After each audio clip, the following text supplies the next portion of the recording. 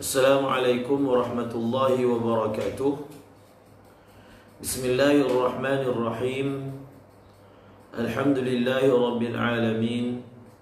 Wassalatu wassalam ala ashrafil anbiya'i wal mursalin Sayyidina wa maulana Muhammadin wa ala alihi wa sahbihi ajma'in. Wa la hawla wa la quwwata illa billahil aliyyil azim. Alhamdulillah, bersyukur kita kepada Allah Subhanahu wa taala dengan limpah rahim dan kasih sayang daripada Allah Subhanahu wa taala. Sekali lagi kita dapat bertemu bagi pembacaan kitab Tafsir Al-Jalalain daripada surah Ibrahim. Mudah-mudahan Allah Subhanahu wa taala mengurniakan kepada kita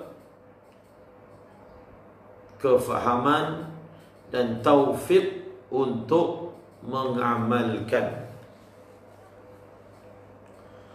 A'udzu billahi minasy syaithanir rajim. Bismillahirrahmanirrahim. وقال موسى إن تكفروا أنتم ومن في الأرض جميعا فإن الله لغني حميد ألم يأتكم نبأ الذين من قبلكم قوم نوح وعاد وثمود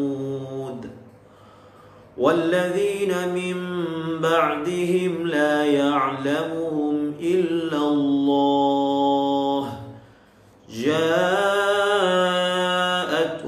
رسلهم بالبينات فردوا أيديهم في أفواههم وقالوا إنا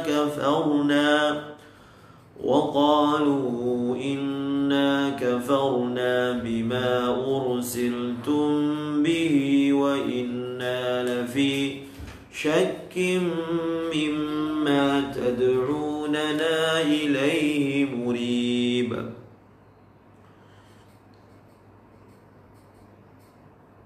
Semalam kita selesai membicarakan firman Allah Subhanahu wa taala, wa huwal azizul hakim, wa huwal azizul hakim. Di situ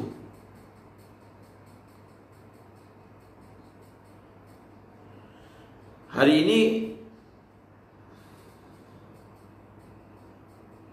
pembacaan kita akan diteruskan daripada ayat walaqad arsalna Musa biayatina an akhrij qaumaka minadh dhulumati ilan nur wa dhakkirhum biayyamillah inna fi dhalika laayatin likulli sabbarin syakur.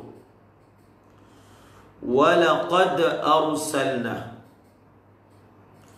Musa biayatina at-tis'i wa qulna lahu an akhrij qaumaka bani Israil minadh dhulumati al-kufri ila an-nuri al-iman wa dhakkirhum bi ayyamillah bi ni'amihi inna fi dhalika ay at-tadhkiri la ayatin likulli sabbarin ala at-ta'ati syakurin lin-ni'ami. Walaqad arsalna Musa Walaqad arsalna Musa,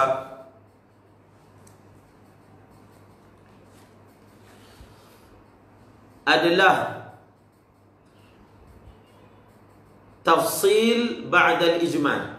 Walaqad arsalna Musa, daripada segi susunan penceritaan adalah tafsil ba'da al-ijmal.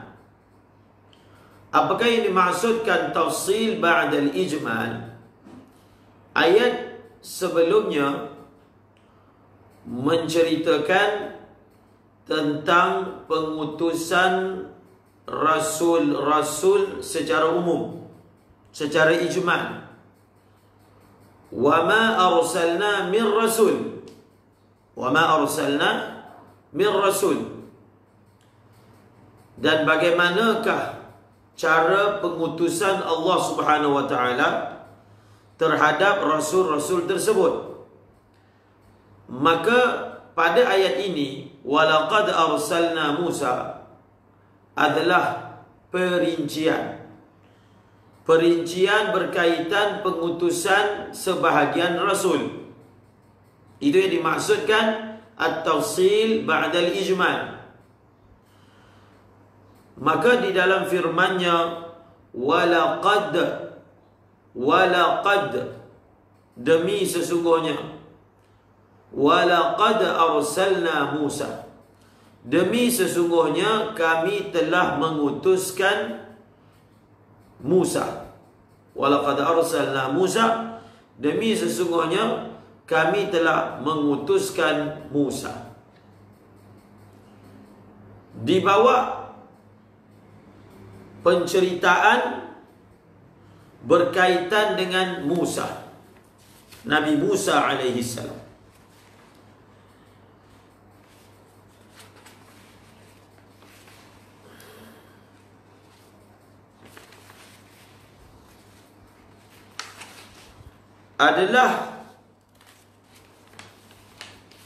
adalah merupakan sebahagian besar, adalah apa?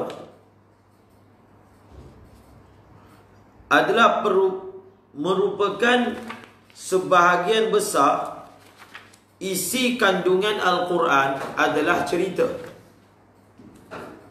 Sebahagian besar isi kandungan Al-Quran adalah cerita. Okey, adalah cerita. Jadi di tangan saya ni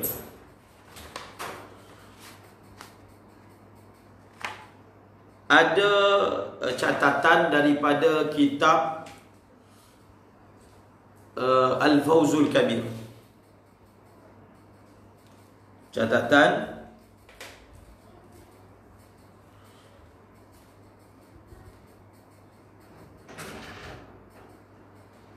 daripada kitab Al-Fawzul Kabir. Okey, Al-Fawzul Kabir.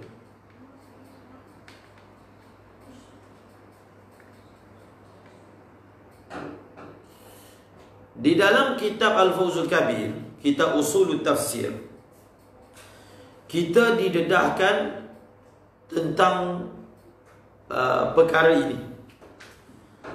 Perkara apa? Iaitu perkara berkaitan sebutan kisah-kisah di dalam Al-Quran. Sebutan kisah-kisah di dalam Al-Quran.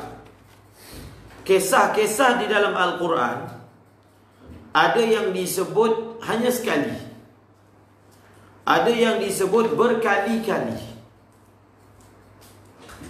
Ada yang disebut hanya sekali, ada yang disebut 2 kali, ada yang disebut berkali-kali. Kisah yang disebut berkali-kali di dalam Al-Quran seperti kisah penciptaan Nabi Adam daripada tanah, kisah malaikat bersujud kepada Nabi Adam dan keengganan syaitan untuk melakukan sujud, dan bagaimana syaitan dilaknat dan syaitan berusaha untuk menyesatkan manusia. Dan antara kisah yang disebutkan berkali-kali juga adalah kisah bagaimana pertikaian kaum Nabi Nuh, Nabi Hud, Nabi Saleh, Nabi Ibrahim, Nabi Lut, Nabi Shu'aib alaihimussalam. Dalam perkara tauhid, dalam perkara mengajak kepada kebaikan dan melarang daripada kemungkaran. Dan mereka melemparkan syubhat-syubhat yang rapuh. Dan bagaimana setiap Nabi memberi jawapan terhadap kaum mereka. Dan antara juga kisah yang disebut berkali-kali adalah kisah berkaitan dengan Nabi Musa bersama Fir'aun, kisah Nabi Musa bersama dengan Bani Israel, dan bagaimana sombongnya Bani Israel, dan bagaimana azab yang Allah Subhanahu wa ta'ala telah kenakan kepada mereka. Jadi apa yang kita diajar, bahawasanya walaupun kisah-kisah ini disebut berulang-ulang kali, ini yang usul tafsir yang kita nak sebutkan. Jadi ingat, pembacaan kita daripada surah Ibrahim ini sebenarnya bukan semata-mata kita ingin mengambil isi surah Ibrahim, tetapi yang lebih penting daripada itu ialah ilmu usul tafsir, qawaidut tafsir, ulumul Quran. Itu sebenarnya yang lebih penting pendengar semua memberi perhatian. Kenapa saya sebut begitu?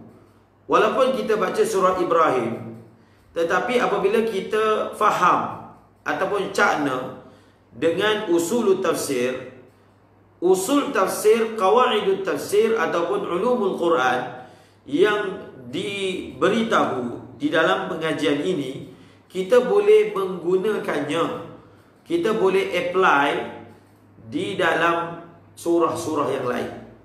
Sebab itu beri perhatian kepada poin-poin usul tafsir yang saya sebutkan. Jadi sekarang ni, sebelum kita masuk pada ayat, oleh kerana ayat ni dia adalah cerita tentang Nabi Musa, maka apakah usul tafsir dalam masalah cerita? Jadi dalam masalah cerita, poin pertama, di dalam Al-Quran ada kisah yang disebut berulang-ulang kali. Saya telah sebut apakah kisah-kisah yang banyak sekali disebut berulang-ulang kali di dalam Al-Quran. Maka kata Syah Waliullah Ad-Dahlawi, pengarang kitab Usul Tafsir Al-Fawzul Kabir, فذكرت هذه القصص بأطوار مختلفة إجمالا وتفصيلا بحسب ما اقتضاه أسلوب السور. Walaupun kisah-kisah ini disebut berulang-ulang kali, tetapi jangan kita tersalah, sebab mungkin akan ada syubhat yang dilemparkan kepada Al-Quran. Kalau dalam bidang penulisan, mengulang poin yang sama adalah aib. Mengulang poin yang sama, mengulang benda yang disebut, yang telah disebut adalah aib.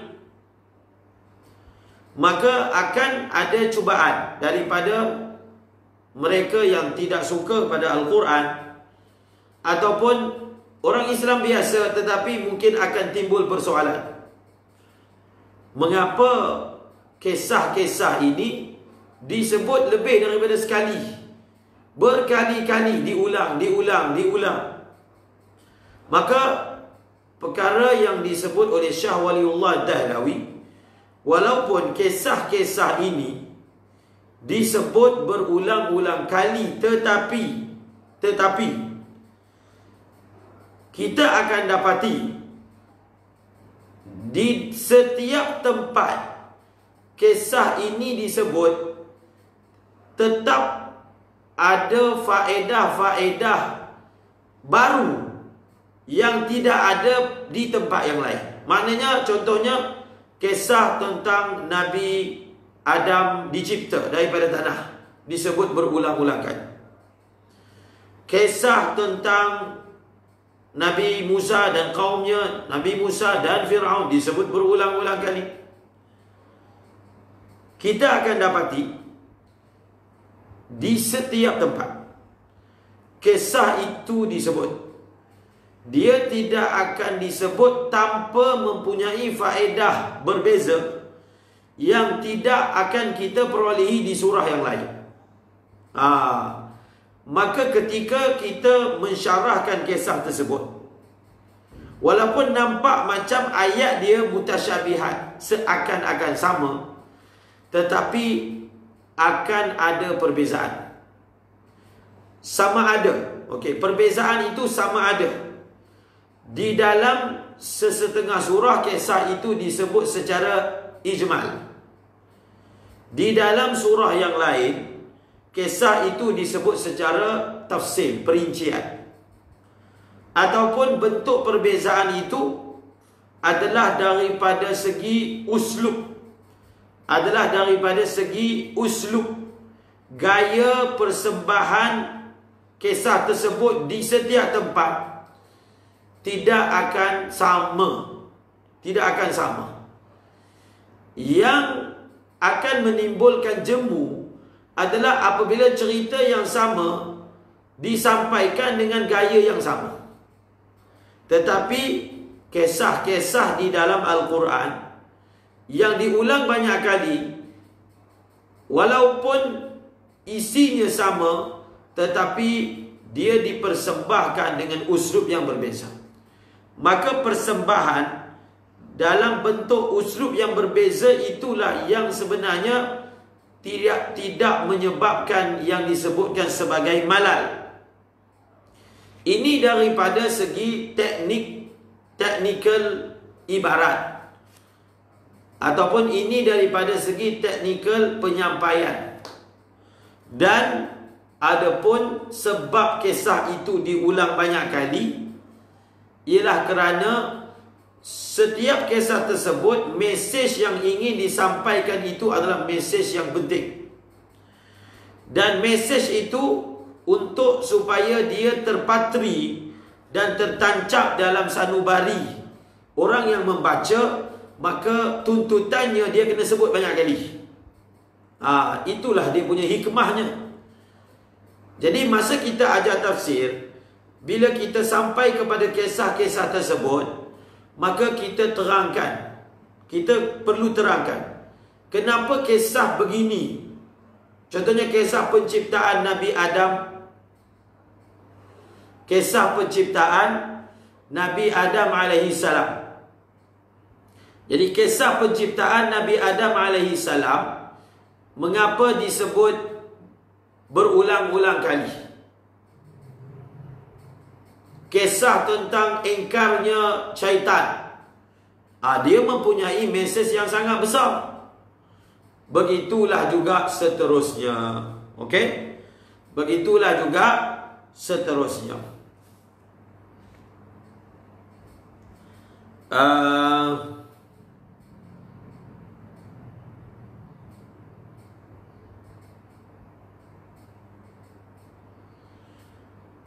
Dan ada sebahagian kisah yang hanya disebut sekali sahaja. Disebut sekali sahaja. Kalau kita boleh senaraikan, kisah yang disebut sekali ataupun dua kali, antaranya kisah bagaimana Nabi Idris diangkat oleh Allah. Wadhkur fil kitab Idris innahu kana siddiqan nabiyya wa rafa'nahu makanan 'aliyya. Disebut sekali. Kisah bagaimana Nabi Ibrahim bermunazarah dengan Namrud dalam surah Al-Baqarah, maka disebut sekali. Kisah Nabi Ibrahim melihat bagaimana burung dihidupkan Arini kaifa tuhyil mauta. Qala awalam tu'min. Disebut sekali. Kisah Nabi Ibrahim sembelih anaknya disebut sekali. Inni ara fil manami anni azbahuka fanzur madza tara. Kisah Nabi Yusuf disebut sekali. Dan kisah bagaimana Nabi Musa dibuang dalam Yam disebut 2 kali. Nabi Musa bunuh Qibti disebut sekali. Nabi Musa keluar pergi ke Madian, kisah beliau dengan Nabi Shu'aib hanya disebut sekali sahaja dalam surah Al-Qasas. Di kisah Nabi Musa lihat api pada pokok disebut 2 kali ataupun 3 kali. Inni anastu nara. Kisah sembelihan lembu, kisah Nabi Musa jumpa Nabi Khidir, kisah Talut dan Jalut, kisah Balqis, kisah Zulkarnain, Ashabul Kahfi, kisah 3 orang utusan Nabi Isa dalam surah Yasin disebut sekali. Kisah Ashabul Fil disebut sekali. Jadi ada juga kisah yang disebut sekali ataupun 2 kali. Ada kisah yang begitu. Jadi ingat poin ni. Poin ni saya baca daripada kitab Al-Fawzul Kabir.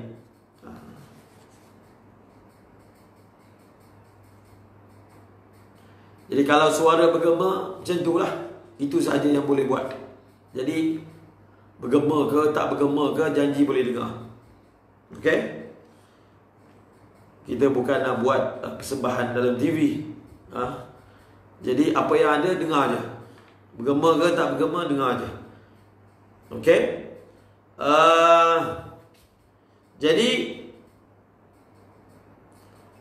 kata Syah Waliullah Dahlawi. Jadi kata Syah Waliullah Dahlawi, apa dia beliau sebut? Falaisa al-maqsudu min hadhihi al-qasas ma'rifatuha bi anfusiha, balil maqsudu intiqalu dhihni as-sami' ila wakhamati asy-syirki wal ma'asi wa 'uqubati Allah ta'ala 'alayha wa itmi'nanil mukhlisin bi nusrati Allah ta'ala wa dhuhuri inayatihi. Kata Syah Waliullah. Jadi ini penting ni untuk faham konsep kisah dalam Quran. Kata Syah Waliullah Dahlawi, bukanlah maksud semata-mata kisah-kisah ini dibawa, bukanlah maksudnya sejarah. Bukan maksudnya sejarah. Macam contohnya orang baca sejarah kan, bukan maksudnya didatangkan kisah Nabi Idris supaya Nabi Idris ni dinaikkan ke langit. Bas. Kisah tentang Ashabul Kahfi. Suatu ketika dulu ada 7 orang pemuda misalnya, yang kisah dia begini. Bukan daripada maksud daripada kisah tersebut adalah sejarah. Sebab Al-Quran ini bukan kitab sejarah. Al-Quran bukan kitab sejarah. Tetapi kata Syah Waliullah Dahlawi, maksud daripada kisah ini dibawa supaya zihin, dia kata, zihin ataupun pemikiran pembaca ataupun pendengar terjaga, supaya menyedarkan pendengar, pembaca tentang buruknya syirik dan besarnya dosa maksiat, mengingkari Allah dan azab Allah Subhanahu wa ta'ala, dan bagaimana Allah membantu orang-orang yang ikhlas dan memberi inayah kepada mereka. Maulana Taqi Al-Uthmani, Mufti Taqi Al-Uthmani menyebut antara punca orang tak faham Al-Quran. Apakah punca orang tak faham Quran? Dalam kitab Ulumul Quran, beliau sebut menyenaraikan beberapa poin. Antara sebab orang tak faham Quran ataupun dia datang syubhat pada Al-Quran, ialah apabila dia tidak faham maksud diturunkan Quran. Bila dia tak faham maksud diturunkan Al-Quran, maka dia kritik Al-Quran bukan pada tempatnya. Contohnya, ada buku tu buku matematik. Ada datang satu orang, dia kritik, dia kata, buku ni ada kekurangan. Kenapa dalam buku ini tidak ada cerita cara untuk masak nasi lemak? Nampak tak? Jadi ini dipanggil orang yang sufaha, tak faham. Kerana maksud daripada daripada buku matematik tu cerita matematik. Kalau tak ada cara memasak nasi lemak, maka wajar. Bahkan kalau ada cara masak nasi lemak dalam buku matematik, maka dia akan mengaibkan buku tu. Orang akan kritik pula, kenapa pula ada cerita tentang cara memasak nasi lemak. Kalau ada pun sebut hanya diberi contoh matematik sahaja. Maka bila satu orang dia tak faham objektif daripada diturunkan Al-Quran yang mula-mula dalam ayat surah Ibrahim telah disebutkan litukhrijan nasa minaz zulumati ilan nur, maka dia akan bercakap benda yang luar daripada bidang dia. Nampak tak? Jadi, dan itu poin dia. Itu poin dia. Jadi ada dua poin yang saya sebutkan berkaitan dengan kisah ini. Ada lagi poin yang lain yang kita akan sebutkan di tempat-tempat yang lain, iaitu dua poin. Disebutkan kisah walaupun diulang banyak kali, tetapi dia tidak diulang dengan uslub yang sama. Di setiap surah akan ada uslub yang berbeza-beza, dan kita yang belajar tafsir, kita yang ingin mendalami Al-Quran, maka kita cuba tengok apakah keindahan, apakah faedah yang ada dalam surah tertentu tentang kisah ini, kisah yang sama yang tidak ada di dalam surah yang lain. Okey? Itu poin yang pertama. Yang kedua, maksud daripada kisah-kisah di bawah bukan kisah itu sendiri semata-mata, kerana Al-Quran ini bukan buku sejarah. Bukan buku sejarah. Ini mungkin boleh masukkan poin yang ketiga. Poin yang ketiga tentang cara kisah dalam Quran. Oleh kerana Al-Quran ini bukan buku sejarah, kalau kita tengok kisah-kisah yang dibawa adalah kisah-kisah yang terpilih sahaja. Kisah-kisah yang terpilih. Kisah-kisah yang terpilih itu maksudnya mungkin cerita tu panjang, tetapi yang dibawa dalam Quran hanya kisah-kisah ataupun bahagian-bahagian dalam cerita yang di dalamnya ada ibrah. Itu sahaja. Hanya dibawa di dalam kisah. Contohnya dalam keseluruhan kehidupan Nabi Musa, hanya diambil, dipilih kisah-kisah yang di dalam kisah tersebut ada mesej yang ingin disampaikan. Dia berbeza dengan pelajaran sejarah. Sejarah sedetail-detail perkara, kalau ada maklumat itu akan dihidangkan dalam buku sejarah. Sedetail-detail, kalau boleh, apa maklumat yang boleh masukkan. Oleh kerana Quran bukan buku sejarah, bukan hanya nak bagi orang tu tahu, tetapi untuk orang ambil ibrah, maka sewajarnya yang dibawa itu adalah poin-poin dalam penceritaan, dalam kisah yang berlaku, yang ada ibrah sahaja. Okey? Jadi dia dah jadi ada 3 poin tentang pembawaan kisah-kisah di dalam Al-Quran. Saya bagi satu contoh. Misalnya kisah Ashabul Kahfi.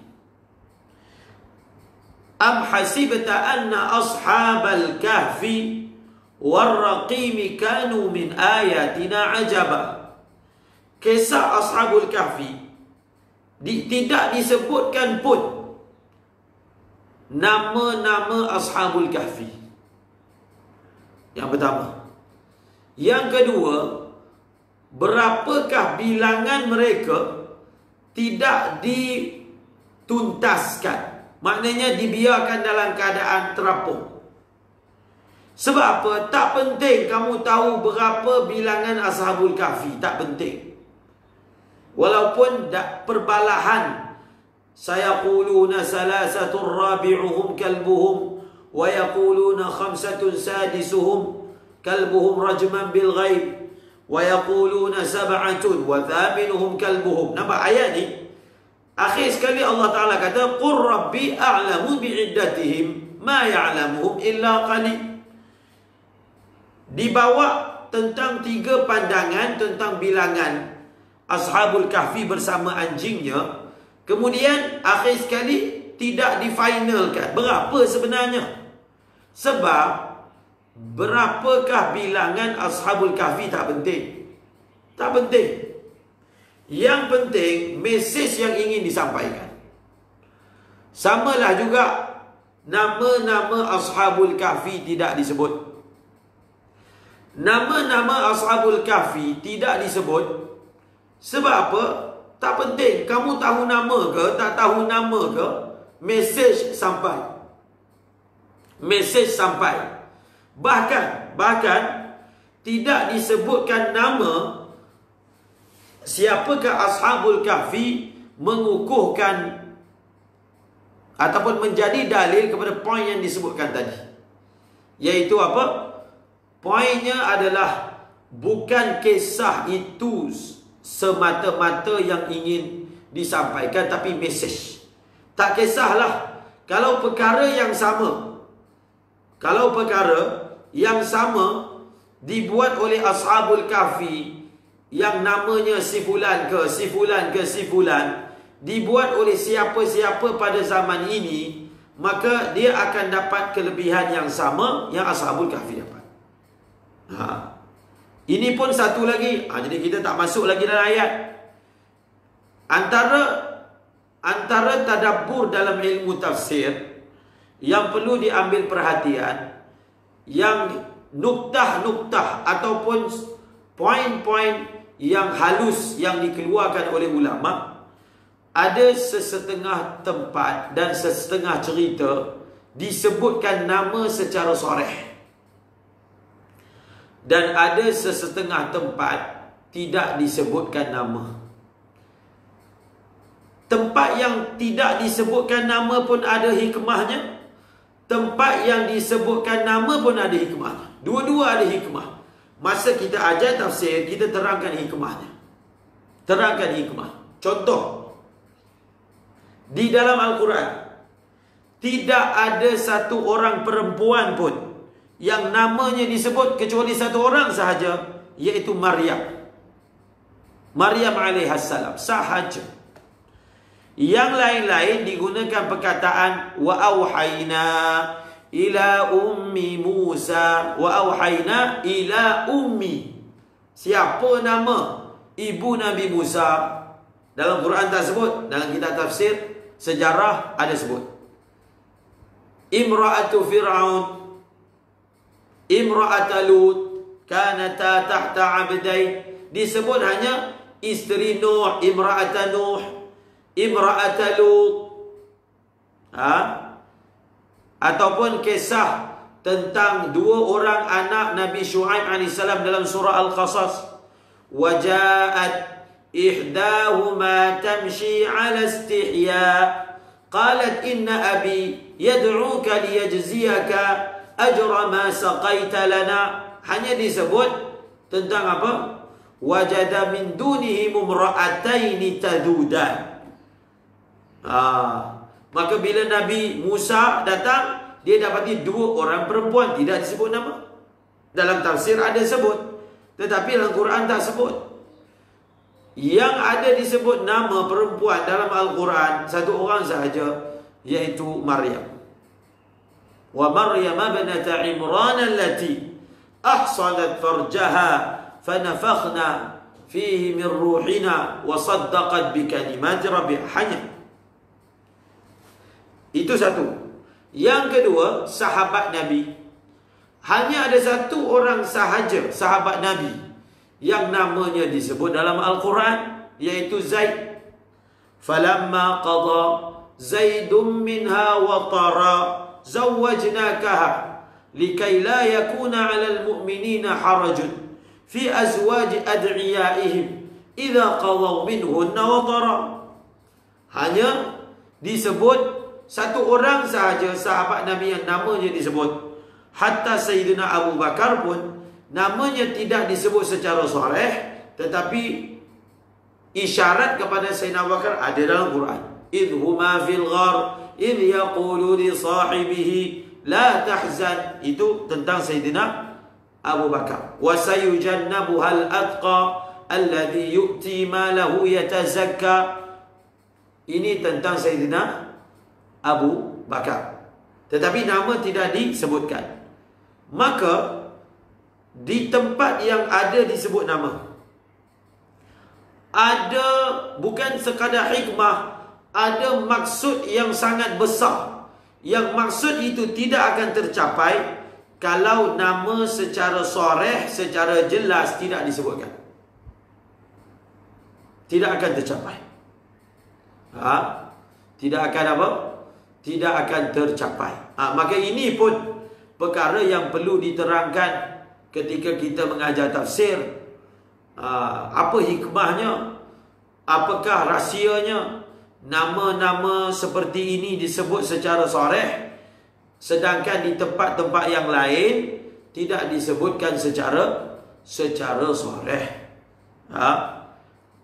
Dalam Quran Allah Ta'ala menyebut tilka rusulu faddalna ba'dahum ala ba'din minhum man kallama Allah wa rafa'a ba'dahum darajat. Dalam ayat yang lain, wa minhum man qasasna wa minhum man lam naqsus alaih. Tentang kisah-kisah Nabi, ada di satu tempat Allah Ta'ala sebut ada Nabi yang kisahnya kami sebutkan, dan ada kisah kami tak sebut.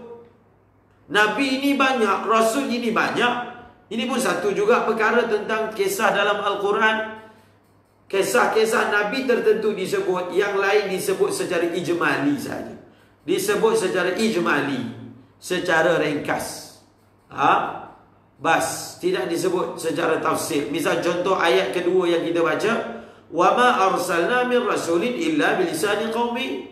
Ini kaedah umum tentang Nabi, Rasul. Walaupun Nabi Daniel tidak disebut dalam Quran, Nabi Samuel tidak disebut dalam Quran, tetapi secara umumnya kita tahu Nabi ini konsepnya wa ma arsalna min rasulin illa bilisani qaumihi. Maka ada yang disebut dalam Quran, ada yang tidak disebut dalam Quran.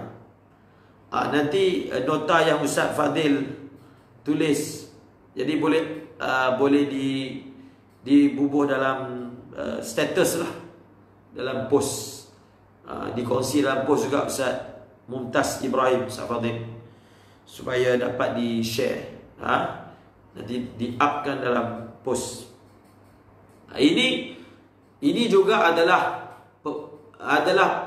uslub dipanggil, pembawaan cerita di dalam Al-Quran.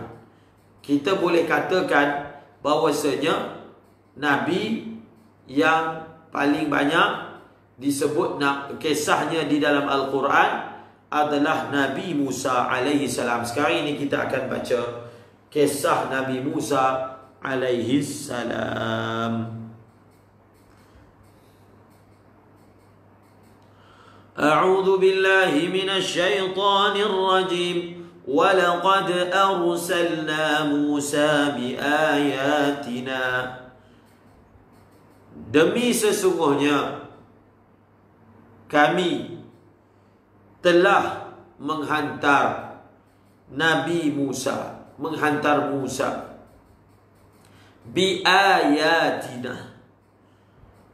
Biayatina telah ditafsirkan di sini oleh jalan lain. Biayatina ay biayatina at-tis'i.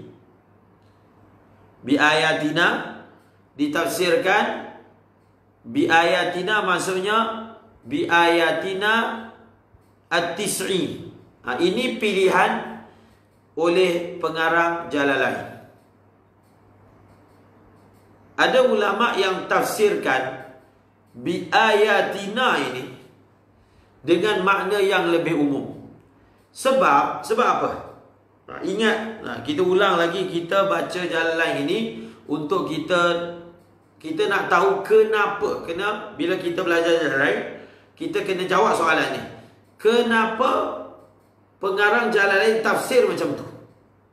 Sebab itu tafsir Jalalain ini diletakkan dalam silibus. Dia tujuan dia untuk membentuk minda mufassir. Sebab tu kita belajar kaedah teknikal. Kita bukan belajar macam tadabbur biasa. Apa terlintas dalam fikiran pengajar tu dia tafsir je Quran. Tak. Kita nak tafsir Quran dengan kaedah. Bukan apa yang terlintas rasa daripada Quran, maka kita sebut je dalam di atas lidah kita. Maka antara konsep mengajar kita tafsir Jalalain ni, kita kena terangkan kenapa pengarang Jalalain ni dia tafsirkan macam tu. Setengah tempat kita boleh jawab lah, setengah lagi kita tak boleh jawab. Maka kita perlu bantuan daripada hasyiah-hasyiah Jalalain untuk menjawab soalan tersebut. Sebab bila kita boleh jawab kenapa, maka di situ kita akan nampak bagaimana sebenarnya kaedah yang digunakan ketika mentafsir sesebuah ayat. Tengok di sini. Walaqad arsalna Musa biayatina, pengarang Jalalain telah tafsirkan biayatina ni maksudnya 9. Siapa yang hafiz Quran dia maklumlah apa yang dimaksudkan dengan ayat Allah yang 9. Iaitu dalam satu ayat Allah SWT berfirman, fi tis'i ayatin ila fir'auna wa qaumih. Fi tis'i ayatin ila fir'auna wa qaumih. Ayat itulah wadhafadi'a wal qummala wadhafadi'a waddama ayatin mufassalat. Dihantarkan katak kepada Fir'aun, dihantarkan darah kepada Fir'aun, dihantarkan qummal, kutu kepada Fir'aun. Dalam Quran pun memang Quran sebut fi tis'i ayatin.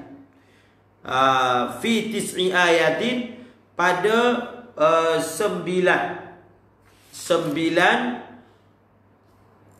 tanda-tanda Allah Subhanahu Wa Taala. Jadi kalau kita tafsirkan bi ayatina dengan makna 9 tanda. 9 tanda. Jadi 9 tanda tersebut adalah tanda kepada Fir'aun.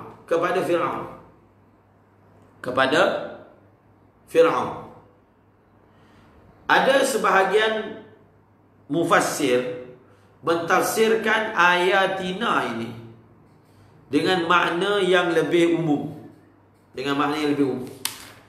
Yaitu walaqad arsalna Musa biayatina. Biayatina sama ada, dia ada dua. Jadi misalnya perkara ini disebut oleh Syekh Mutawalli Sya'rawi. Beliau mengatakan ayatina yang Allah Ta'ala beri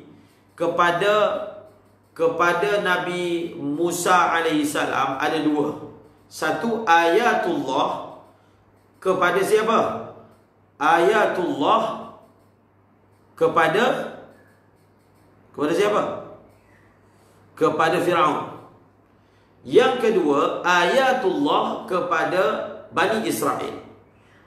Jadi kalau kita ambil daripada tafsiran itu, maknanya walaqad arsalna Musa biayatina, ayatina sama ada kepada Fir'aun.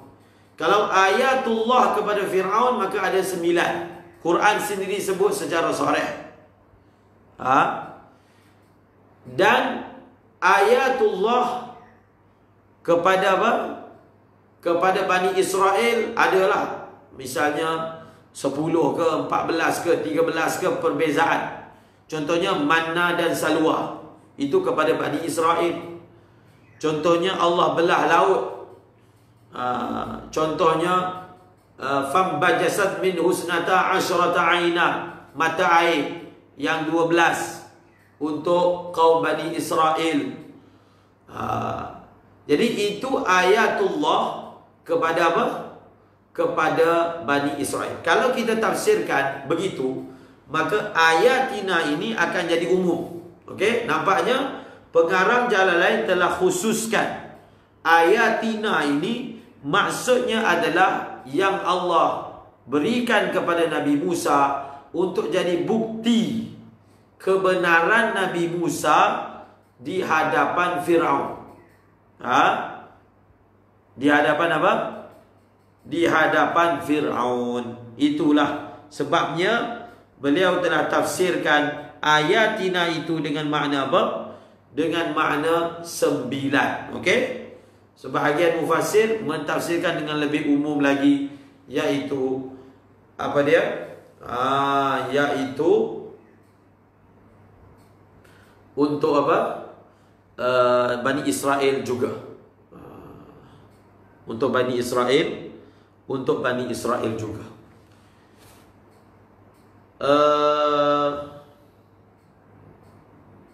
Syekh Mutawalli Sya'rawi sebut satu perkara. Nabi Musa, ini Syekh Mutawalli Sya'rawi sebut,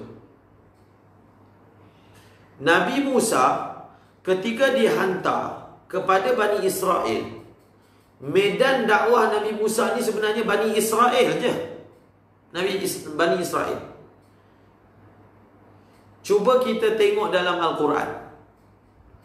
Ketika Nabi Musa bercakap dengan Fir'aun, contohnya kita baca ayat, idhab ila Fir'aun innahu tagha faqula lahu qawlan layyinan la'allahu yatadhakkaru aw yakhsha qala rabbana innana nakhafu an yafruta alaina aw an yatgha qala la takhafa innani ma'akuma asma'u wa ara. Ketika Nabi Musa bercakap dengan Fir'aun, Nabi Musa cakap apa?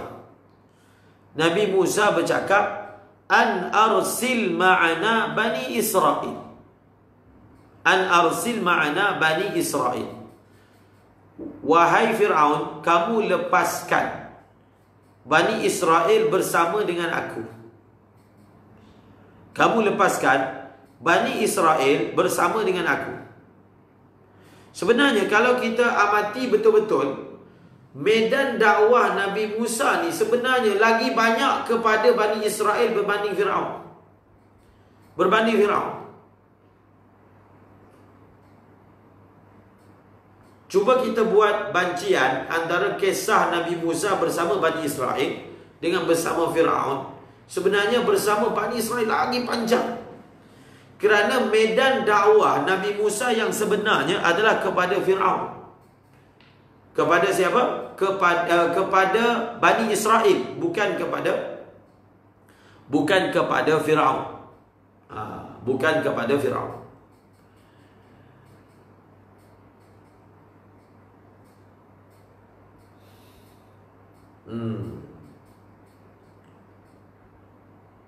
Mungkinlah, mungkin kalau saya boleh bagi elah kenapa pengarang Jalalain mentafsirkan ayatina ini sebagai 9. Kenapa beliau tidak memilih tafsir bahawasanya ayatina ini juga adalah apa? Ayatina ini juga adalah apa? Adalah tentang tanda kebesaran Allah kepada Bani Israel. Sebab kalau kita betul-betul ta'amul, cuba ta'amul betul-betul. Bila Nabi Musa berhadapan dengan Bani Israel, Semua tanda-tanda tu, semua apa, mata air ke, belah laut ke, itu semua sebenarnya bukanlah dia datang dalam bentuk apa? Oh, Bani Israel ni kafir, maka diberi mukjizat supaya dia sedar. Bukan. Bukan. Yang tanda-tanda kebesaran Allah yang didatangkan kepada Nabi Musa atas nama ayatina, mukjizat tadi, adalah sebenarnya yang belah Fir'aun. Sebab penyakit Bani Israel ni lain, penyakit Fir'aun ni lain. Penyakit Bani Israel lain, penyakit Fir'aun lain. Contohnya, diturunkan manna wa salwa. Bukan konsepnya macam seperti mukjizat diberikan apa, didatangkan katak ke, didatangkan darah ke, tak sama. Sebab secara umumnya Bani Israel ni dia orang beriman. Kalau kita boleh khulasahkan, Nabi Musa dengan Fir'aun ini adalah dakwah kepada orang kafir. Nabi Musa dengan Bani Israel, dia dakwah kepada orang yang beriman. Bani Israel ini beriman, tapi beriman cara dia lah. Beriman keluar masuk. Tapi secara umumnya mereka ini beriman. Sebab apa? Bani Israel ni memang bangsa beriman. Dia kan keturunan Nabi. Mereka ni kan keturunan Nabi. Jadi mereka ni memang beriman. Jadi Nabi Musa dihantar kepada Fir'aun untuk supaya Fir'aun ini jangan seksa Bani Israel, lepaskan Bani Israel daripada cengkaman, supaya Nabi Musa dapat menjalankan dakwah kepada Bani Israel. Sebab itu sebenarnya selepas episod Fir'aun ditenggelamkan, kisah Nabi Musa dengan Bani Israel ini lagi panjang. Contohnya kan, wajawazna dalam juzuk 9, wajawazna bi Bani Israel al-bahra. Nampak? Fa'atau ala qawmin ya'kufuna ala asnamin lahum. Qalu ya Musa ja'al lana ilahan kama lahum alihah. Qala innakum qawmun tajhalun. Ayat ni, juzuk 9. Ayat ini kisah Nabi Musa dengan Fir'aun, dengan Bani Israel selepas melintasi laut. Wajawazna bi Bani Israel al-bahra fa'atba'hum fa'atau ala qaumin ya'kufuna ala asnamin lahum. Mungkin kita boleh katakan itulah sebabnya pengarang jalan lain mengatakan bi ayatina ini maksudnya yang kepada Fir'aun. Sebab an akhrij qaumaka minaz zulumati ilan nur, maka prosesnya adalah keluarkan Bani Israel daripada cengkaman Fir'aun. Maka untuk keluarkan daripada cengkaman Fir'aun, Allah bagi kepada Nabi Musa fi tis'i ayatin ila fir'auna wa qaumih innahum kanu qauman fasiqin. Boleh tak? Itu zahirlah yang saya nampak. Mengapakah pengarang jalan lain mengkhususkan bi ayatina itu dengan yang dimaksudkan dengan 9. Dan bila disebut 9, ini hanya khusus untuk Fir'aun dan qaumihi, seperti mana yang ada di dalam ayat yang lain. Kemudian disebutkan wa qulna lahu.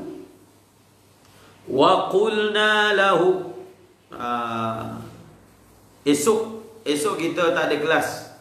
Jadi hari ni panjang sikit. Jadi esok tak ada kelas. Jadi hari ni baca panjang sikit. Wa qulna lahu.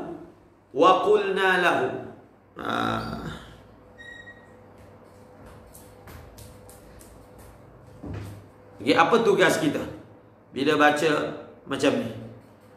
Orang yang belajar jalan lain, bila pengarang jalan lain dia kata wa qulna lahu. Jadi apa tugas? Sebenarnya siapa yang baca jalan lain bersama dengan hasyiah kamal lain, semua jawapan tu ada kat hasyiah. Secara umumnya, bila pengarang jalan lain dia takdirkan wa qulna lahu, pada ayat ini? Sebenarnya ada isyarat. Ada isyarat. Orang yang mengajar jalan lain, orang yang belajar lain, kena jawab soalan tu. Apa isyarat tersebut? Alhamdulillah, hasyiah yang dah ada, kita ada hasyiah Jamal.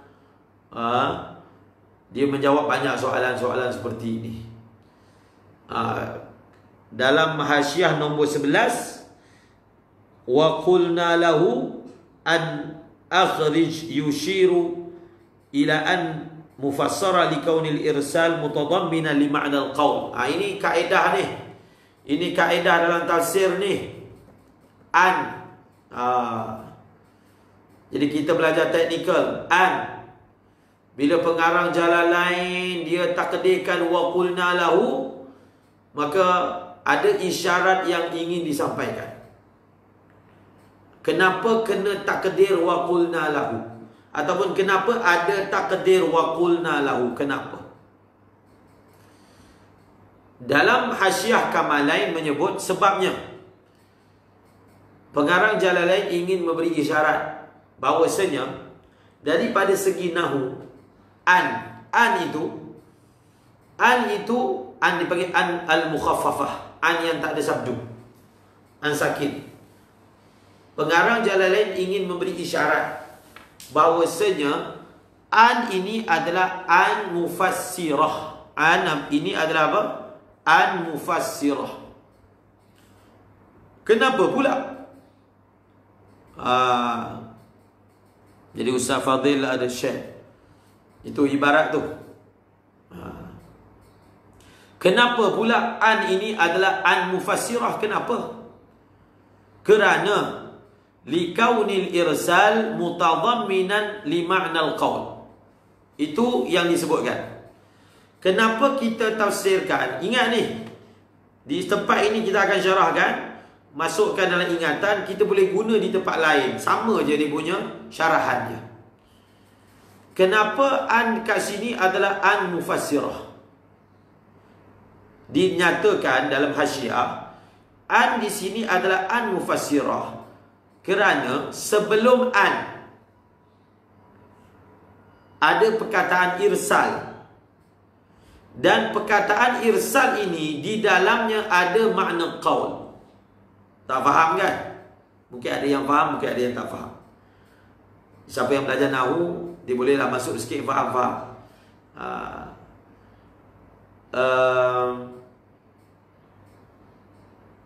Setakat itu sahaja yang diberitahu dalam hasyiah. An ini pengarang Jalalain ingin memberitahu bahawasanya ini adalah an mufassirah. Sebab apa dia an mufassirah? Sebab sebelum an itu ada perkataan irsal, arsalna, walaqad arsalna. Dan an mufassirah, irsal itu dia ada makna qaul. Itu sahaja kan? Tapi dia soalan tu tak habis lagi. Kita akan tanya pula, kenapa pula kalau sesuatu kalimah yang datang sebelum an, yang kalimah tersebut ada makna qaul, dia akan difahami sebagai an mufassirah. Jadi untuk menjawab soalan ini, maka saya kongsi apa yang disebut oleh Imam Zarkashi. Jadi Imam Zarkashi dalam Al-Burhan, ingat pengajian kita disertai dengan Al-Burhan pada tempat-tempat yang munasabah. Jadi Al-Imam Az-Zarkashi ada satu bab dalam kitab menerangkan tentang apakah makna an yang datang dalam Quran. Sebahagiannya an ini dia datang dalam Al-Quran untuk memberi makna mufassir. Dia datang untuk memberi makna tafsir. Mana ni?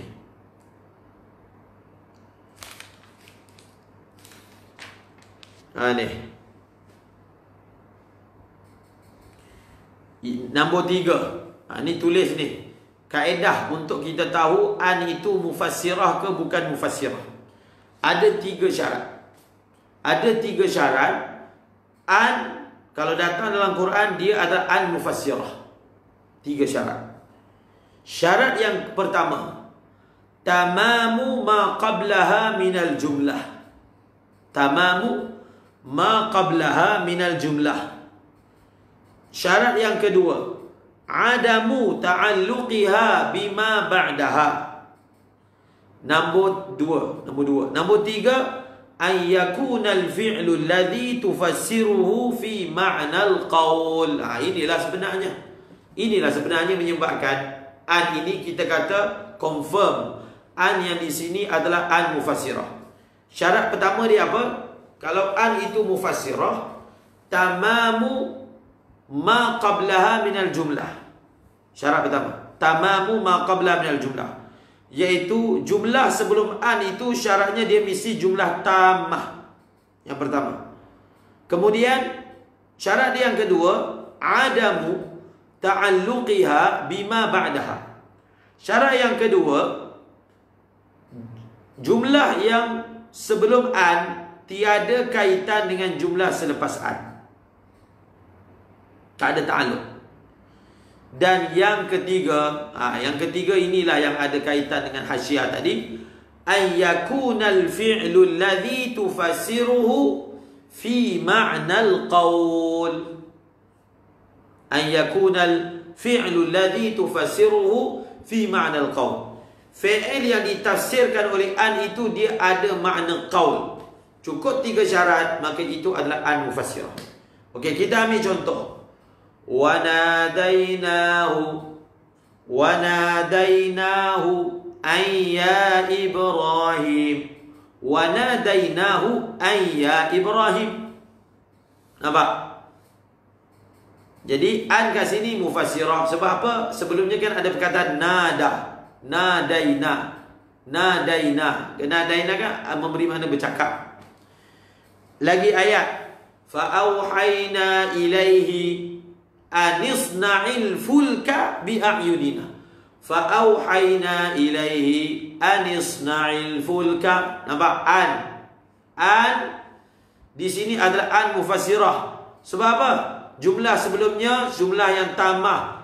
Dah cukup dah dia punya fi'il fa'il. Fa'auhayna ilaihi. Dah cukup dah. Kemudian dia tak ada kaitan dengan yang selepas. Jadi isna'il fulka ini adalah mentafsirkan apakah yang dimaksudkan dengan auhayna.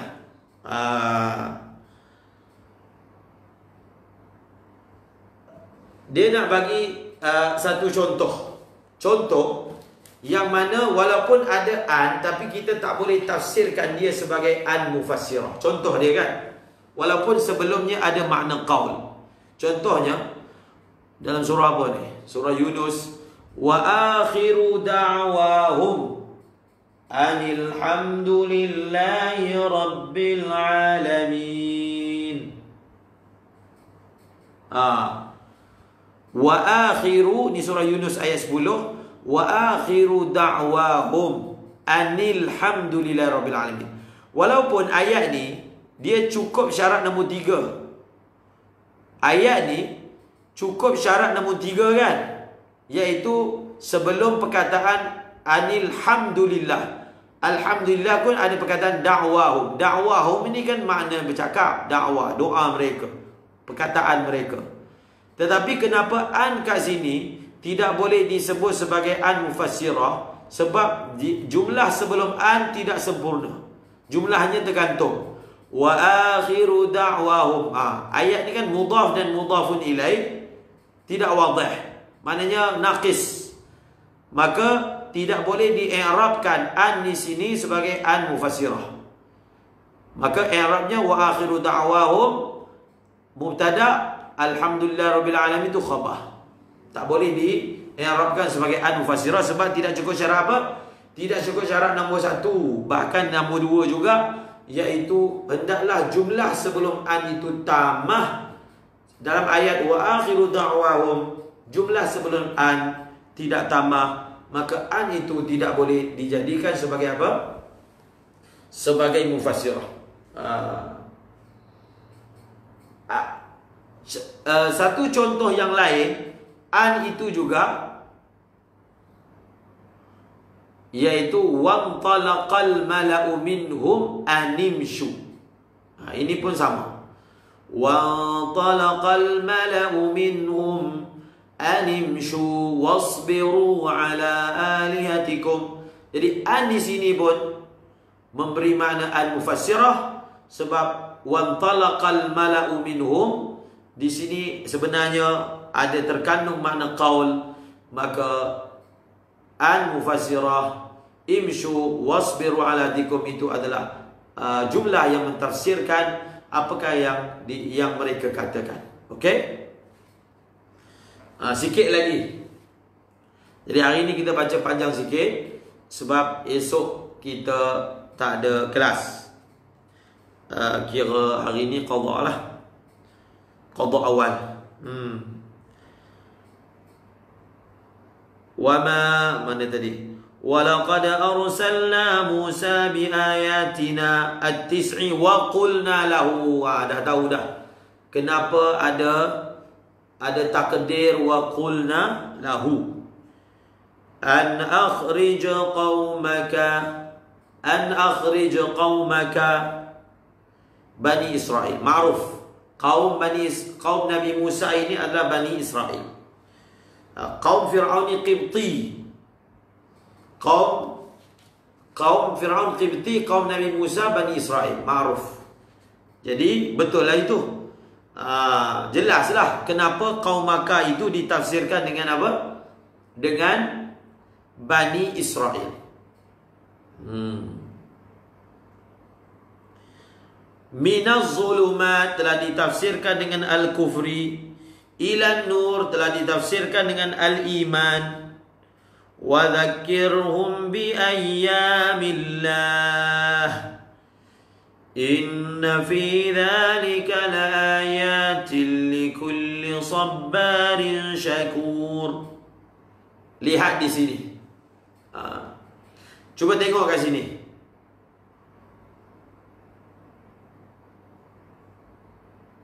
Perkataan Allah Ta'ala telah perintahkan kepada Nabi Musa sama seperti perintah kepada Nabi Muhammad. Di sini dah nampak dia punya tanasuk ayat itu. Mula-mula kita baca dalam kepala surah, kitabun anzalnahu ilaika litukhrijan nasa minadh dhulumati ilan nur. Okey. Dalam ayat ini, an akhrij qaumaka minaz zulumati ila nur. An akhrij qaumaka minaz zulumati ila nur. Ayat atas, litukhrijan nasa minaz zulumati ila nur biizni rabbihim. Ingat sebelum ini biizni rabbihim, tafsir Jalalain telah tafsirkan sebagai dengan perintah, dengan perintah Tuhan kamu. Satu orang ulama tafsir mengatakan, apa nama dia ni? Abu Muslim Al-Asfahani. Abu Muslim Al-Asfahani mengambil faham daripada ayat ini. Beliau mengatakan, daripada ayat ini kita dapat faham bahawasanya maksud setiap Nabi sama saja. Maksud setiap Nabi sama saja. Apa dia? Iaitu mengeluarkan kaum mereka daripada gelap kepada cahaya, daripada kufur kepada iman. Sama. Ayat yang pertama, litukhrijan nasa minadh dhulumati ilan nur. Dalam ayat ini, an akhrij qaumaka minadh dhulumati ilan nur. Litukhrijan nasa minadh dhulumati ilan nur. An akhrij qaumaka minadh dhulumati ilan nur. Ini banyak ni perkara dalam tafsir. Apa kita nampak? Poin pertama daripada ayat ini. Tulis. Nanti yang ditulis dalam komen ni kita share dekat post. Kalau kita tak share dekat post, orang lain tak boleh baca. Okey. Daripada ayat ini, poin pertama, menunjukkan maksud setiap Nabi sama. Mengeluarkan manusia daripada gelap kepada cahaya. Pertama. Yang kedua, apa dia? Baca betul-betul ayat, tadabbur, ta'ammul, tafaqquh. Ayat yang pertama, litukhrijan nas, litukhrijan nasa. Ayat ini berbunyi an akhrij qaumaka, an akhrij qaumaka litukhrijan nasa. Apa yang kita faham? Nabi Muhammad SAW mengeluarkan semua manusia. Perintah untuk Nabi seluruh manusia. Perintah untuk Nabi Musa, kaum kamu. Di sini menunjukkan umumnya risalah Rasulullah. Perkara ini kita akan jumpa berulang-ulang kali. Berulang-ulang kali. Itu yang kedua. Kemudian yang kedua, kemudian yang ketiga. Yang ketiga, tengok ayat yang pertama, kitabun anzalnahu ilaika litukhrijan nasa. Ayat ini, walaqad arsalna Musa biayatina an akhrij qaumaka minadh dhulumati ilan nuri wa dhakkirhum biayyamillah wa dhakkirhum biayyamillah. Ayat yang pertama menunjukkan Nabi Muhammad sallallahu alaihi wasallam diturunkan kitab. Kitab itu adalah ilatnya, hikmahnya, dia boleh keluarkan seluruh manusia daripada gelap kepada cahaya. Kitab itu maksudnya Al-Quran. Dalam ayat Nabi Musa AS, dalam ayat ini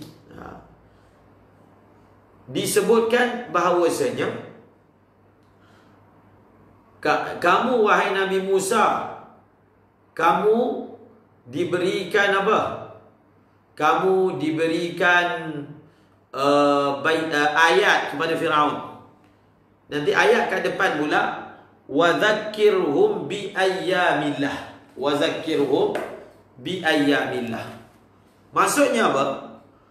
Wahai Muhammad, untuk kamu keluarkan umat kamu daripada gelap kepada cahaya, maka perantaraannya Al-Quran. Perantaraannya Al-Quran. Tetapi wahai Musa, untuk kamu mengeluarkan umat kamu, pertama Firaun, maka dengan 9 mukjizat. Umat kamu pula, untuk kamu keluarkan daripada gelap kepada cahaya, kamu kena ingatkan mereka nikmat-nikmat yang Allah Subhanahu wa taala, nikmat-nikmat yang Allah Subhanahu wa taala berikan kepada kamu. Syekh Mutawalli Syarawi selalu sebut, apa beza Quran dengan Taurat? Quran dengan Taurat ni beza dia. Quran mukjizat, Taurat bukan mukjizat. Quran mukjizat, Injil bukan mukjizat. Quran mukjizat, Zabur bukan mukjizat. Beza syariat Nabi Muhammad dengan Nabi yang sebelum ni ada kitab. Mukjizat mereka adalah selain daripada kitab yang mereka bawa. Tetapi Nabi Muhammad sallallahu alaihi wasallam, mukjizat Nabi adalah kitab. Apa kesan dia?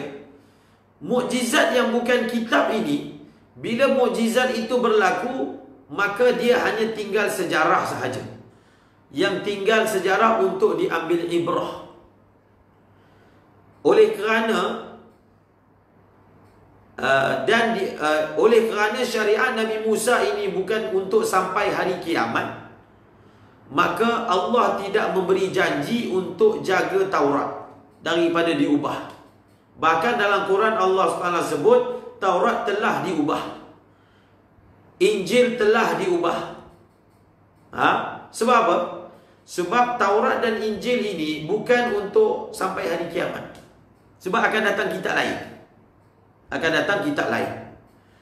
Dan oleh kerana Al-Quran ini, oleh kerana umat Nabi Muhammad ini ataupun Rasulullah dihantar sampai hari kiamat, mukjizat yang berlaku kepada Nabi semasa Nabi hidup, dia telah berlalu dan sudah tidak ada kesannya. Hanya tinggal sejarah dan pedoman, ibrah. Tetapi mukjizat Nabi masih ada sampai hari ini sehingga hari kiamat, iaitu Quran.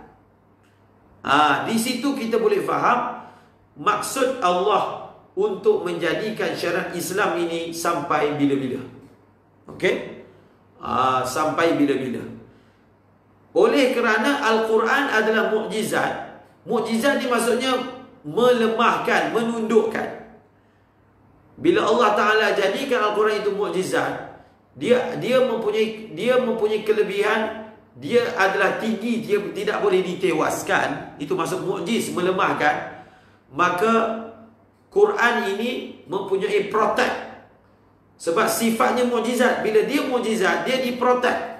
Tidak boleh sesiapa pun yang boleh mengubah Quran, sebab dia mukjizat. Taurat bukan mukjizat, sebab tu boleh diubah.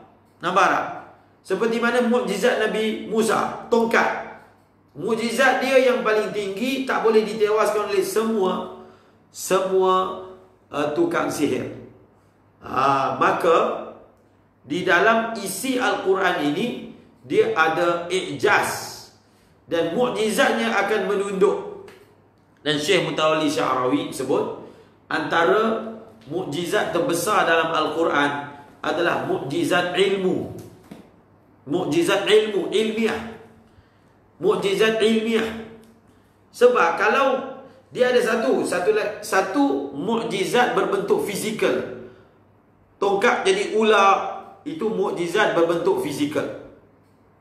Tetapi oleh kerana umat Nabi Muhammad SAW adalah umat yang mana mengalami ledakan maklumat, yang dibuka secara besar-besaran pembukaan ilmu, maka Al-Quran datang dan relevan sepanjang zaman untuk mencabar setiap orang yang berilmu bahawasanya di dalam Al-Quran ada ilmu yang besar daripada ilmu yang kamu dapat.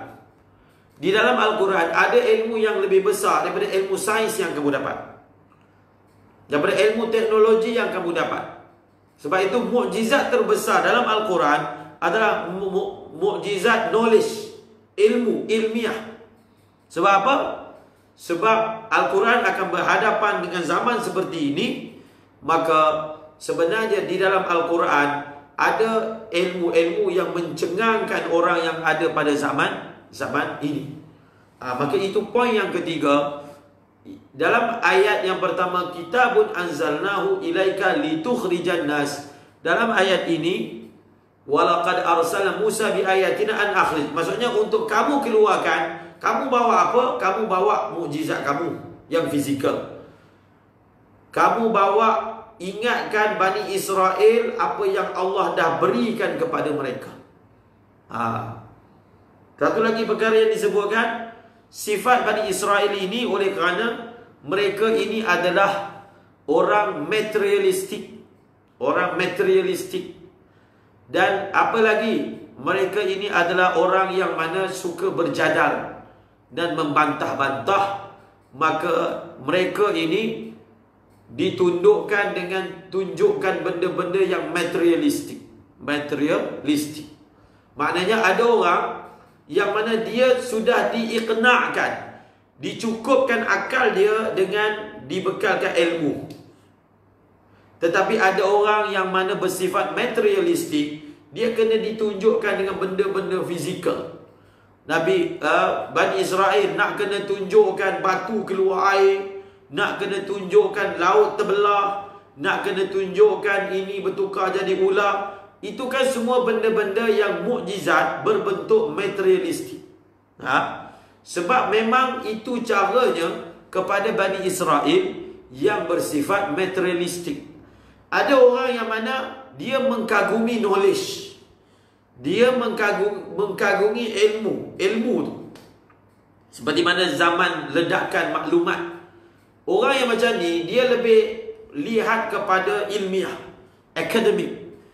Kalau dalam Al-Quran ada nilai akademik yang tinggi, dia akan tercengang dan kadang-kadang boleh tundukkan dia sehingga dia boleh beriman. Contohnya, ada orang yang masuk Islam disebabkan dia buat kajian tentang mumia Fir'aun, maka dia tengok dalam Quran knowledge yang sama ada sebut tentang maklumat yang dia baru jumpa sekarang. Maka untuk orang ni, bagi dia ini sudah cukup untuk memuaskan hati dia kepada kebenaran Islam. Adapun Bani Israel yang bersifat materialistik, maka untuk dia didatangkan mukjizat yang materialistik, yang mana jenis nampak depan mata. Itu pun tak beriman dengan sempurna. Okey? Jadi itu 3 perkara yang saya sebutkan. An akhrij qaumaka minadh zulumati. Zulumat sama tafsiran dia macam atas. Kat sini pun ditafsirkan dengan makna kufur, dan di sini juga ditafsirkan dengan apa? Nur. Cumanya apa? Dalam kisah Nabi Musa ini tidak diterangkan ila nur. Kalau di ayat atas, nur ila biizni rabbihim ila siratil azizil hamid, didatangkan badal. Ila nur ay ila siratil azizil hamid. Tetapi di dalam ayat ini tidak ada begitu. Dan wadzakkirhum bi ayyamillah, dan ingatkanlah mereka dengan apa? Dengan ayyamillah. Ayyamillah yang dimaksudkan di sini adalah apa? Bini'amillah. Bini'amillah. Inna fi dzalika laayatin likulli sabbarin syakur. Jadi saya akhiri untuk pagi ini, untuk kita terangkan perkataan wadzakkirhum bi ayyamillah. Sebahagian yang dengar ni, saya rasa telah belajar kitab Al-Fawzul Kabir. Tengok siapa yang ada di sini yang pernah belajar kitab Syekh Walullah Dahlawi. Yang belajar madrasah biasanya dah belajar lah. Nak tengok sikit siapa yang pernah belajar Al-Fawzul Kabir fi usulit tafsir.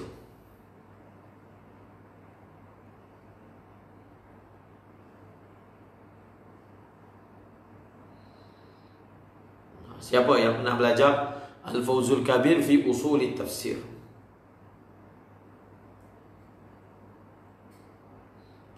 Safadil. Secara umumnya kalau belajar madrasah, kitab itu adalah dalam muqarrar.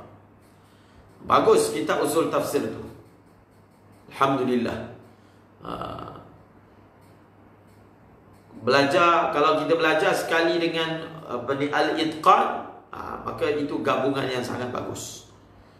Al-itqan, kemudian Al-Fawzul Kabir fi usul tafsir. Gabungkan dua-dua itu, maka di situ ada dia punya apa? Dia punya kelebihan dia. Membujuk ada. Kenapa saya sebut ni? Apa kaitan dengan ayat yang kita nak baca sekarang? Di dalam muqaddimah ataupun awal-awal perbahasan, awal-awal perbahasan dalam kitab Al-Fawzul Kabir fi usul tafsir, maka telah diterangkan ulumul Quran ataupun maqasidul Quran. Dalam Al-Quran ada 4 ilmu. Ada 4 ilmu yang apa? Yang merupakan maqasid terbesar Al-Quran ataupun isi terbesar Al-Quran. Okey, apa dia? Di dalam Al-Quran ada ilmu dipanggil ilmu at-tazkir bi ala'illahi wa bi ala'illah wa ayyamihi. Di dalam Al-Quran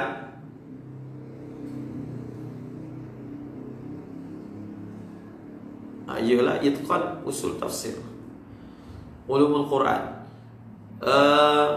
Di dalam Al-Quran ada yang disebut dipanggil al-ilmu, at-tazkiru bi ala'illah, bi ala'illahi wa ayyamihi. Ada di dalam Al-Quran ilmu tentang apa? Mengingatkan manusia tentang nikmat-nikmat Allah dan ayyamillah, ni maksudnya kisah-kisah orang yang sebelum ini. Satu. Yang kedua, di dalam Al-Quran juga ada ilmu yang mana menerangkan tentang bi asma'illahi wa sifatihi. Di dalam Al-Quran ada ilmu yang menerangkan tentang Allah, cerita tentang Allah, namanya, sifatnya, perbuatannya. Nombor dua, di dalam Al-Quran juga ada ilmu berkaitan dengan ahkam, hukum hakam. Dan di dalam Al-Quran yang keempat ada ilmu tentang jidal. Ilmu jidal ma'al firaqil batilah. Ada empat. Jadi empat ini disebut sebagai maqasid daripada Al-Quran. Setiap daripada empat maqasid Al-Quran itu ada orang yang mana perlu memberi tumpuan padanya. Bila sebut contohnya kan, ayat-ayat hukum.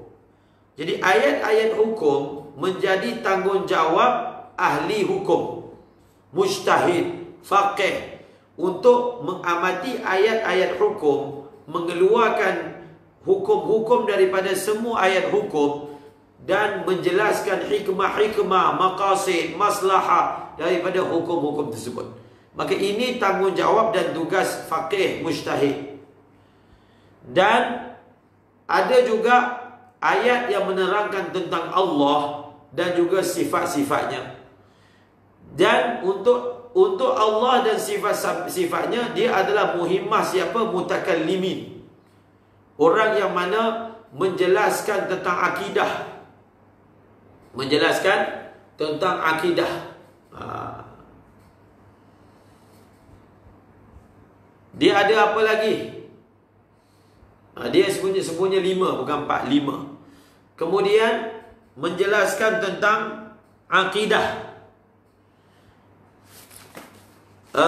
Kemudian yang menjelaskan tentang bi ayyamillah, at-tazkir,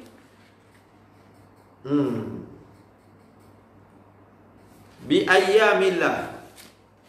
Ini adalah tanggungjawab siapa? Beliau kata ini adalah tanggungjawab orang yang mana dia jadi wa'iz. Orang yang menjadi wa'iz, orang yang memberi peringatan kepada orang lain, maka dia ambil ayat-ayat yang menerangkan tentang apa? Nikmat-nikmat Allah, tentang kisah-kisah sebelum ini. Dan juga tentang al-hasyar wan nasyar wa ma ba'dal maut. Itu pun ada sebut juga. Salah satu ilmu Quran terangkan tentang kehidupan selepas mati. Ini adalah tanggungjawab. Ini adalah tanggungjawab wa'iz, orang yang memberi peringatan. Dan satu lagi adalah apa? Ilmu jidal, iaitu sebahagian besar daripada Al-Quran membongkar kesesatan Nasrani, Nasara, Yahudi, musyrikin, dan yang keempat munafikin. Jadi ada empat. Ini yang disebutkan sebagai apa? Maqasid terbesar Al-Quran. Jadi bila kita mula belajar ilmu usul tafsir, kita didedahkan kepada perkara ini supaya kita tahu objektif daripada Al-Quran ataupun ulum yang ada di dalam Al-Quran tentang perkara-perkara ini, dan supaya kita tahu bagaimana untuk mengambilnya. Jadi apa kaitan dengan ayat yang kita baca sekarang ini? Wa dzakirhum bi ayyamillah. Kalau dalam kitab usul tafsir, bi ayyamullah ini ditafsirkan tentang apa balasan Allah terhadap apa nikmat yang Allah beri kepada orang taat, dan apakah azab yang Allah berikan kepada orang yang ingkar. Itulah ayyamullah.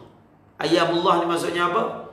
Apa nikmat yang Allah berikan kepada orang yang taat, dan apa azab yang Allah berikan kepada orang yang berdosa. Sebenarnya dalam Al-Quran, kalau cerita tentang orang dulu, itu sahaja khulasahnya. Orang beriman dapat apa, orang langgar dapat apa. Orang yang langgar dapat apa. Maka dalam ayat ini, pengarang Jalalain telah tafsirkan wa dzakirhum bi ayyamillah. Di sini apa kita nak sebut dah? Itlaquz zarfi wa iradatil mazruf. Dia panggil apa? Itlaquz zarfi wa iradatil mazruf. Ayyamillah bukan maksud ayyam tu. Ayyam tu maksudnya ma waqa'a, apa yang berlaku dalam hari itu. Ini yang saya sebut tadi. Digunakan perkataan hari, tapi yang dimaksudkan benda yang berlaku dalam hari itu. Contohnya Yaumu Badar, hari Badar. Hari Badar tu maksudnya perang yang berlaku dalam hari tersebut. Ingatlah hari Badar, maksudnya yang berlaku di dalam hari tersebut. Jadi di sini pengarang Jalalain telah tafsirkan ayyamillah ini dengan makna ni'amillah. Ni'amillah. Beliau tak tafsirkan dengan makna yang lebih umum. Wa zakirhum bi ayyamillah ini dengan makna yang lebih umum, maksudnya ingatkanlah oleh kamu wahai Nabi Musa kepada Bani Israel tentang apa azab yang Allah kenakan kepada umat-umat sebelum ni. Tentang apa yang Allah Ta'ala telah berikan kepada umat-umat sebelum ni.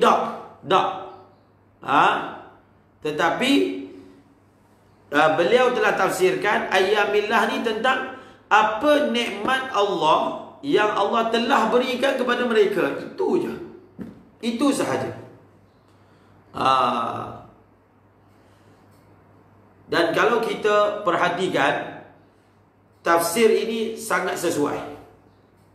Maksudnya ayyamillah tidak ditafsirkan dengan makna yang umum. Kalau untuk umat Nabi Muhammad,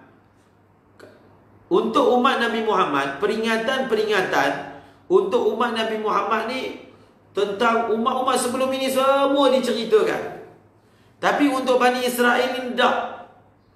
Mereka ni diingatkan apa benda yang Allah dah bagi kepada nikmat-nikmat yang Allah dah berikan kepada mereka. Sebab Bani Israel ni adalah bangsa yang banyak nikmat. Sampai dalam surah Baqarah disebut 3 kali kan. Ya Bani Israel azkuru ni'mati allati an'amtu alaikum wa anni faddaltukum 'alal alamin. Memerintahkan Allah, sehingga kan Allah memerintahkan Nabi Muhammad pun dalam konsep dakwah kepada orang Israel ni, ingatkan apa nikmat yang Allah berikan kepada mereka. Tengok ni. Ya Bani Israel. Dalam Quran ni, maksudnya Nabi Musa pun bila dakwah Bani Israel disuruh untuk ingatkan ayyamillah dengan makna nikmat Allah. Dalam Al-Quran sampai zaman Nabi Muhammad pun untuk ingatkan Bani Israel ini yang dah berapa ribu tahun terputus dengan Nabi Musa, ayat dia sama. Ya Bani Israel azkuru. Di sini. Ambil ayat ni dan ayat ni, kita matchingkan. Di situ kita nampak kesesuaian. Ayyamillah ditafsirkan secara khusus dengan apa? Nikmat-nikmat Allah. Dengan apa? Nikmat-nikmat Allah. Sebab Bani Israel ni dalam ayat surah Baqarah berulang-ulang kali Allah sebut wa anni faddaltukum 'alal alamin. Sesungguhnya Bani Israel, aku telah lebihkan kamu atas seluruh manusia. Kamu ni, di kalangan kamu ada raja-raja, di kalangan kamu berapa banyak nabi. Maka mungkin kita boleh sebut dalam kaedah dakwah ada sesetengah keadaan cara dakwah itu kita ingatkan manusia tentang apa nikmat yang Allah dah bagi kepada kita, kan? Kepada kita. Jadi konsep dakwah Bani Israel, Allah menyuruh Nabi Musa untuk ingatkan ayyamillah. Sebabnya mereka adalah bangsa yang banyak dapat ayyamillah, yang telah ditafsirkan dengan makna nikmat-nikmat Allah. Nikmat Allah untuk umat Nabi Muhammad. Maka di dalam Quran ada peringatan supaya ingatkan manusia tentang apa nikmat peribadi yang mereka dapat. Contohnya kepada orang Arab, li'ilafi Quraisy ilafim rihlatash shita'i was-sayf falyabudu rabb hadzal bait alladhi at'amahum.